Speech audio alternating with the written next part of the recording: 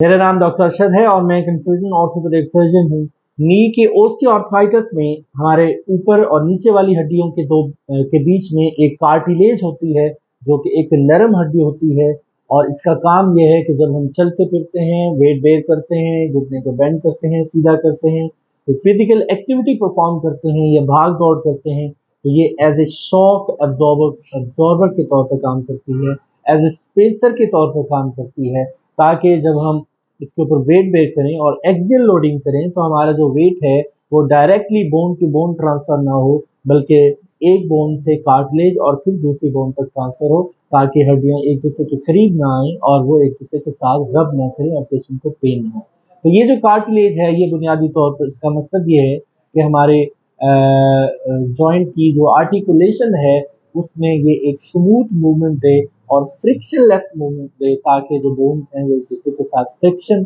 ना करें, रब ना हो और पेशेंट को पेन ना हो। अब ऐसा होता यूं है कि गुजरती एज के साथ फिजियोलॉजिकली हमारे जो कार्टिलेज है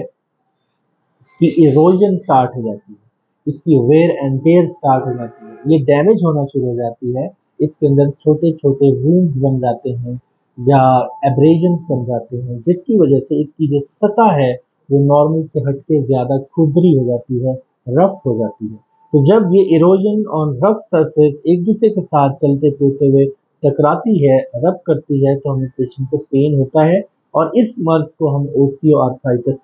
कहते हैं। इस ओस्टियोआर्थराइटिस सबसे ज़्यादा वेट बेयरिंग जो हमारे जॉइंट्स हैं उनके अंदर सबसे पहले ये जो है वो डेवलप होता है, जिसमें हमारे हिप जॉइंट्स हैं, नी जॉइंट्स हैं और एंकल जॉइंट्स शामिल हैं। मोस्ट कॉमनली इन तीन में से भी नी जॉइंट के अंदर ओस्टियोआर्थराइटिस सबसे ज़्यादा पाया जाता है। इसीलिए आपने देखा होगा कि हमारे अक्सर जो बुजुर्ग अफराद हैं उनके अंदर दर्द होता है, उनकी स्वेलिंग होती है, स्टिफनेस होती है, चलते फिरते हुए जोड़ों के अंदर से आवाज़ आती है और ये जो जिस आवाज को हम क्रेप्टस का नाम देते हैं। तो अब इस नी ओस्टियोआर्थराइटिस के इलाज की अगर बात करें तो हम इसको स्टेज करते हैं, इसका स्टेज वाइज ट्रीटमेंट होता है। इनिशियल जो इसके स्टेजेस हैं जिसके अंदर बहुत ज़्यादा इरोजन नहीं होती, जॉइंट स्पेस कम इतनी बहुत ज़्यादा नहीं होती, उसमें हम अद्वियात के ज़रिए, फिजियोथेरेपी के ज़रिए, लोकल मसाजेस के ज़रिए और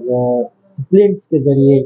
या समटाइम इंट्राआर्टिकुलर इंजेक्शन के ज़रिए हम इसका इलाज कर लेते हैं। जो एडवांस ओस्टियोआर्थराइटिस भी है, जिस जो बहुत ज़्यादा हद तक बढ़ जाए और bone and bone osteoarthritis develop हो जाए, उसके अंदर हमारे ये जो इंट्राआर्टिकुलर थेरेपी है इंजेक्शन की, वो कारआमद नहीं होती, अद्वियात कारआमद नहीं होती और हमारे पास वाहिद जो इसके इलाज बच जाता है वो है जॉइंट रिप्लेसमेंट सर्जरी, यानी कि हम घुटने का जोड़ तब्दील करके एक नया जोड़ लगाते हैं और उसके बाद पेशेंट का जो पेन है वो बहुत हद तक बेहतर हो जाता है और क्वालिटी ऑफ लाइफ ठीक हो जाती है।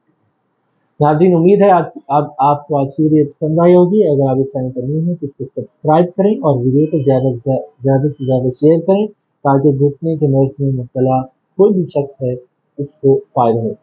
अपने और अपनी फैमिली का ख्याल रखें। अल्लाह।